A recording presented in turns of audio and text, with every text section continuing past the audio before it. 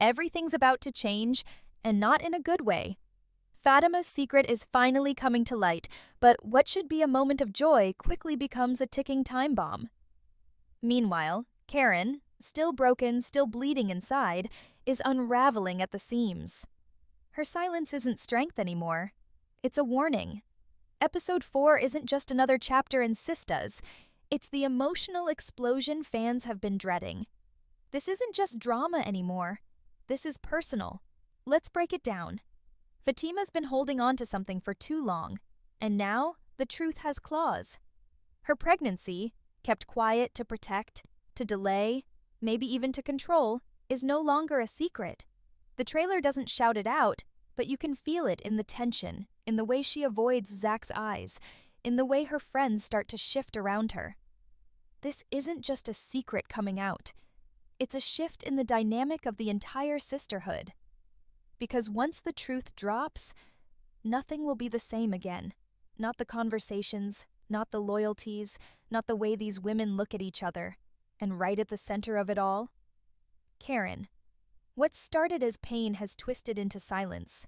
She's barely speaking. She's barely functioning.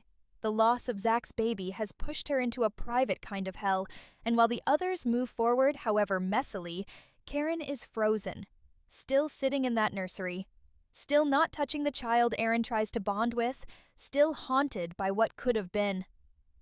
Fatima's reveal, ironically, may break Karen even more.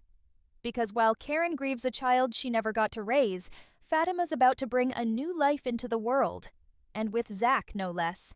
The emotional collision is coming, and it's going to be brutal. Fans have already started speculating online. Reddit threads are flooded with theories. Will Karen lash out? Will she finally scream instead of retreat? Will she blame Fatima, even if deep down she knows that's unfair? It's the rawness of it all, the vulnerability that makes this episode so heavy. And it's only just beginning. Zach, for his part, is already on edge. The man is grieving too, but unlike Karen, he's trying to stay in motion, trying to be there for everyone and no one at the same time. And that's a recipe for emotional implosion. The trailer hints at distance, between him and Karen, between him and Aaron, even between him and Fatima. Because Zach can't fix any of this. And worse, he knows it. Meanwhile, Sabrina is standing on her own battlefield. Her betrayal by Rich hasn't stopped stinging. If anything, it's getting louder in her mind. The anger, the shame, the "how could you?" Her scenes in episode 4 promise more than just confrontation. They promise eruption. Sabrina is done being quiet. She's done protecting people who hurt her. And if Danny tries to play mediator, that friendship might snap too.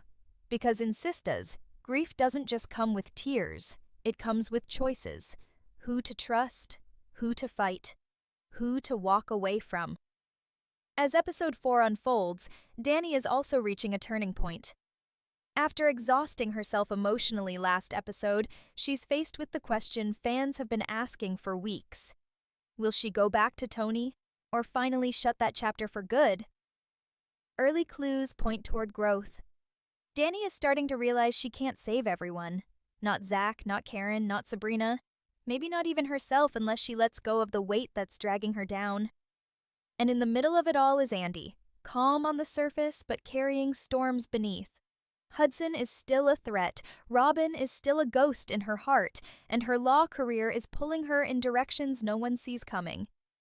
But here's the twist. Andy might be the one who doesn't break, not because she's stronger, but because she's done breaking. Her arc is slowly shifting from entanglements to empowerment, and in episode 4, that shift might finally get its spark. But none of it, and I mean none of it, compares to the storm brewing around Fatima's pregnancy reveal. Because this isn't just a plot twist, it's an emotional wrecking ball. And once it hits, no one's coming out clean. When Fatima finally speaks the truth, it doesn't come in a grand announcement. It lands like a quiet earthquake. The moment is fragile, tense, and irreversible. She doesn't scream it, she doesn't cry it. It just slips out, like a burden too heavy to keep carrying. And suddenly, everything in the room changes. The silence that follows is louder than any argument. Eyes dart, breaths hitch. And in that split second, the entire foundation of the sisterhood begins to tremble. Because this isn't just about a baby. It's about timing, loyalty, grief, betrayal, and a storm of feelings that none of them are ready to face. Karen hears it and doesn't react at first. But make no mistake, the reaction is coming. Inside, something cracks. She's not just mourning a child anymore. She's mourning the idea of ever having something whole again. She's already living in the ruins of her own expectations, and now Fatima is standing there, glowing with life, carrying the future that Karen just lost. It's a cruel parallel, and the writers know exactly what they're doing. Karen doesn't scream. She doesn't fight. Not yet. But you can feel the rage simmering like lava under calm earth. She's about to erupt, and when she does, it's going to tear through everyone. Fatima, Zach, even Aaron. And Zach? He looks stunned. Not just because Fatima is pregnant, but because he realizes he's been so lost in his own pain that he missed all the signs. His grief over the stillbirth blinded him, isolated him. Now, he's forced to face the truth. Life doesn't wait for you to be ready. It just keeps going. And Zach isn't ready. He's caught between two emotional worlds, one where his child didn't survive, and another where a new child is forming. The weight of that reality is written all over his face. It's not just about choosing between Karen and Fatima anymore. It's about choosing between who he was and who he's being forced to become. Aaron tries to step in, tries to offer comfort, especially to Karen, but it backfires. She pulls away, sharper this time. Her grief is no longer quiet. It's defensive. Aaron represents everything she doesn't want right now. Reassurance, hope, moving forward, because Karen isn't ready to move forward. She wants to stay in her sadness, wrap herself in it like a shield. The only thing more painful than what happened is pretending like it didn't. So she isolates even further, won't show up to dinner, won't pick up the phone, won't let anyone see her break. But the truth is, she's already broken. The only question is, how deep does the damage go? Meanwhile, Sabrina's spiral is speeding up. The pain Rich caused her isn't fading, it's festering. She's tired of being the one who gets hurt and then expected to smile through it. And in this episode, that rage has nowhere else to go. Danny tries to check in, tries to play peacemaker, but Sabrina isn't having it.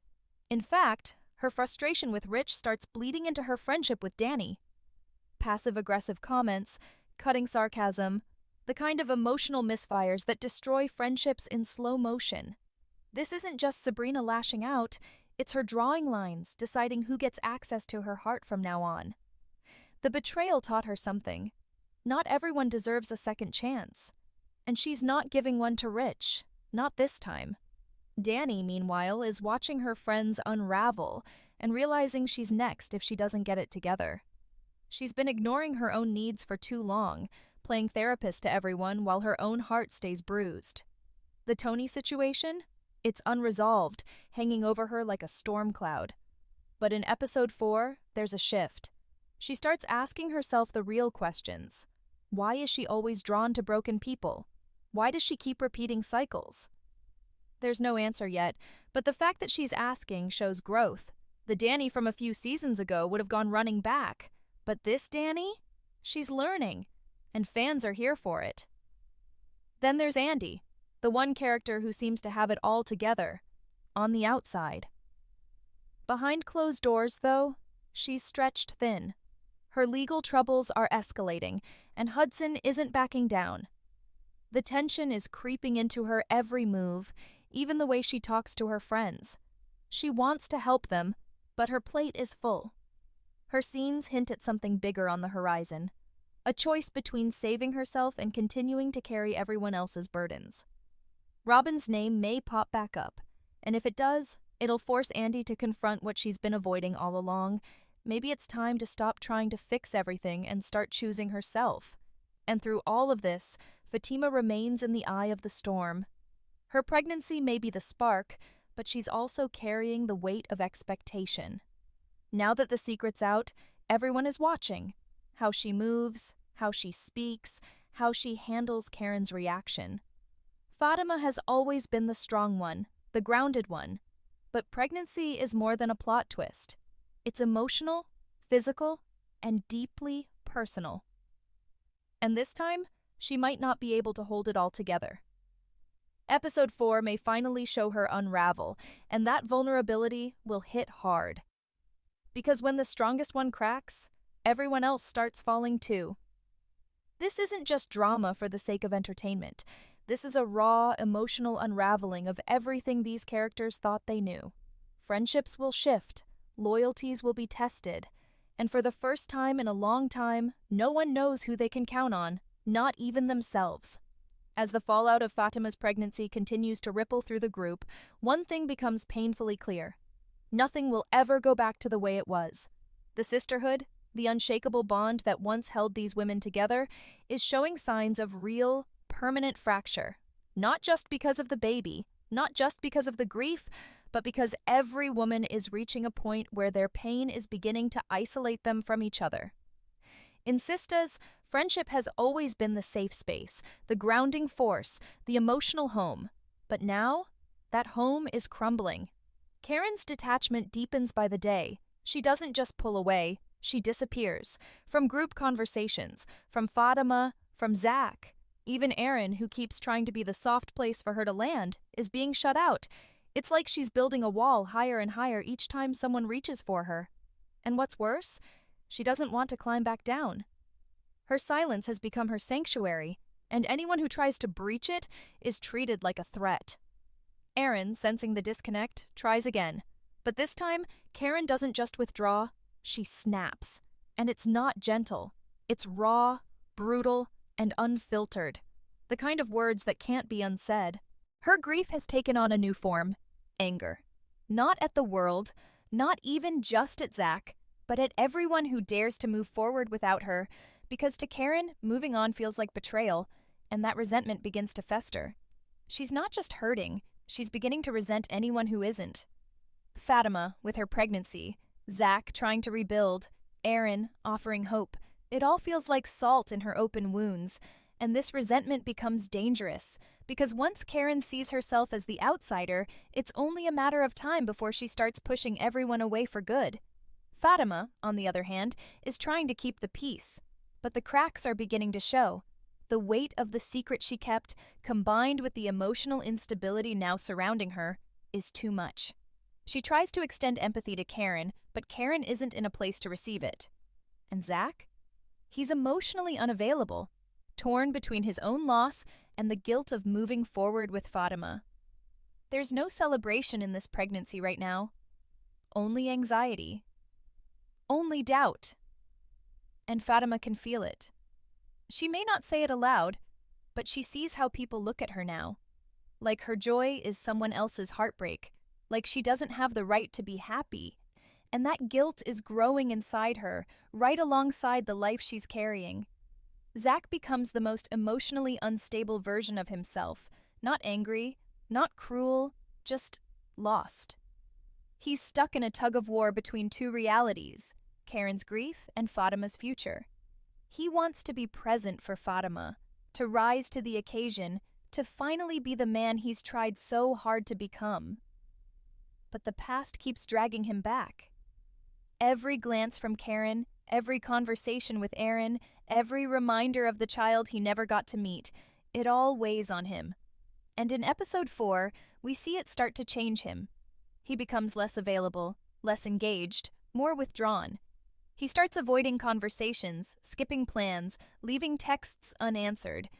It's not that he doesn't care. It's that he's emotionally drowning and trying not to take everyone else down with him. Meanwhile, the tension between Sabrina and Danny finally reaches a boiling point. The undercurrent of frustration that's been growing since Sabrina's fallout with Rich finally erupts. Danny, who's always tried to be the supportive friend, makes the mistake of suggesting Sabrina should try forgiveness, not for Rich's sake, but for her own peace. But to Sabrina, that sounds like betrayal. She lashes out, accusing Danny of minimizing her pain, of taking Rich's side, of not understanding what it feels like to be constantly betrayed. The argument is sharp, unexpected, and deeply emotional. It leaves both women stunned. and for the first time, not speaking. The beauty of this moment is in its realism. Friendships break, even the closest ones. And in this episode, we see the sisterhood start to unravel not because of betrayal or cruelty, but because each woman is struggling in her own way. There's no villain here, only hurt. And hurt people, no matter how much they love each other, sometimes push each other away. Andy watches it all from the sidelines, knowing better than to jump into anyone's drama right now. Her world is spinning too. The legal heat from Hudson is intensifying, and the choices she has to make are getting murkier. She's pulled between keeping quiet to protect her job or speaking up and risking it all. Her storyline is beginning to shift from emotional entanglement to political and professional pressure. And with Robin potentially re-entering the narrative, Andy's about to be forced into a decision that could either solidify her strength or expose her vulnerability in ways she hasn't prepared for. Amid all this tension, one thing becomes clear. Episode 4 isn't just about one woman breaking down. It's about all of them unraveling at once. Every character is carrying something heavy. Karen is carrying loss. Fatima is carrying life. Sabrina is carrying betrayal. Danny is carrying exhaustion. Andy is carrying pressure. Zach is carrying guilt. And none of them are sharing the weight anymore. The group that used to lean on each other is now standing alone, each in their own storm. And that's the true tragedy of this episode. Not the fights, not the tears, but the silence between the people who used to show up for each other without hesitation. The fractures are growing deeper. And if something doesn't change soon, the circle might break entirely.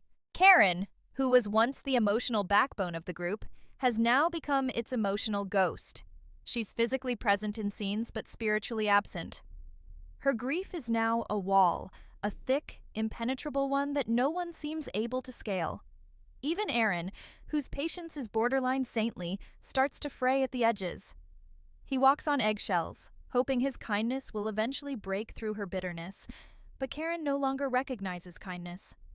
In her mind, every attempt to comfort her feels like pity, and pity is a poison she refuses to swallow.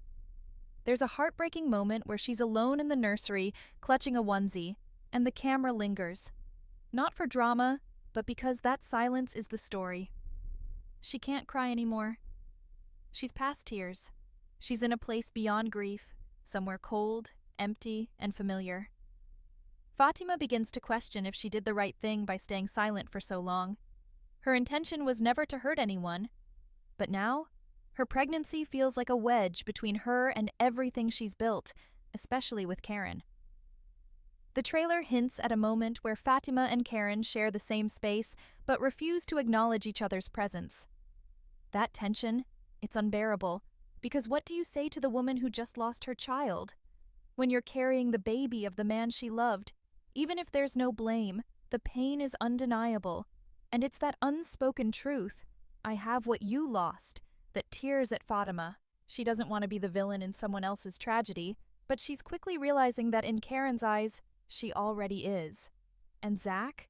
His guilt is metastasizing. He's not sleeping. He's not focused. He's becoming the version of himself he thought he left behind. The guy who shuts down, who disappears when things get hard, who sabotages his own peace out of shame. He doesn't know how to be a father to a child that hasn't arrived yet when he's still mourning the one who never got the chance. He wants to be excited. He wants to support Fatima, but his heart is still in that hospital room holding on to a ghost. In one scene, he's asked a simple question, "Are you okay?" And his silence answers for him. Because no, he's not okay. And for the first time, he doesn't know how to fix it. Meanwhile, the blowout between Sabrina and Danny lingers like smoke in the air. The tension is thick. Danny avoids Sabrina. Sabrina acts like she doesn't care, but they both feel it. That ache, that awkwardness, that sadness of knowing the person you used to tell everything to is now just someone in the room. It's a quiet fallout, but in some ways, it's worse than shouting. Because silence leaves too much room for assumption, and assumptions breed resentment. Sabrina thinks Danny took Rich's side. Danny thinks Sabrina overreacted. and neither of them is ready to say the words that could start healing. I'm hurting, and I don't know what to do with it. Andy, sensing the breakdown of the group, tries to be the bridge, but her own world is shaking. She's pulled into a legal crisis that's more dangerous than it looks on the surface. Hudson isn't just a threat to her job, he's a threat to her reputation, her ethics, and possibly even her safety. There's a moment where Andy considers doing something that could ruin everything she's worked for, just to silence Hudson. But in typical Andy fashion, she holds the line, even as her hands tremble. She's always been the poised one, the one who keeps it together. But episode 4 is testing even her. And if she breaks, the rest will fall like dominoes. Elsewhere, small moments speak volumes. A missed call from Zach. A text from Aaron left on read. A glance from Fatima toward Karen that says, I'm sorry, even though no words are exchanged. These micro moments carry more weight than full-blown confrontations, because sometimes it's the pain we don't express that lingers the longest, and this episode is full of that lingering energy, of characters circling each other like they want to fix things, but no one is ready to make the first move. And while all this unfolds, there's a quiet theme threading through every scene: emotional survival. Each character is trying to survive their own pain in their own way. Karen with isolation, Fatima with silence, Zach with guilt, Sabrina with rage, Danny with avoidance, Andy with distraction. No one is healing. No one is truly coping. They're all just surviving, and barely. What makes episode 4 so powerful isn't just what happens, it's what doesn't happen. The apologies that never come, the hugs that are withheld, the conversations that die before they start. It's the episode of things left unsaid, and that silence becomes louder than any shouting match. It becomes the force that holds the group in limbo, still connected, but emotionally distant, still in each other's lives, but no longer in each other's hearts.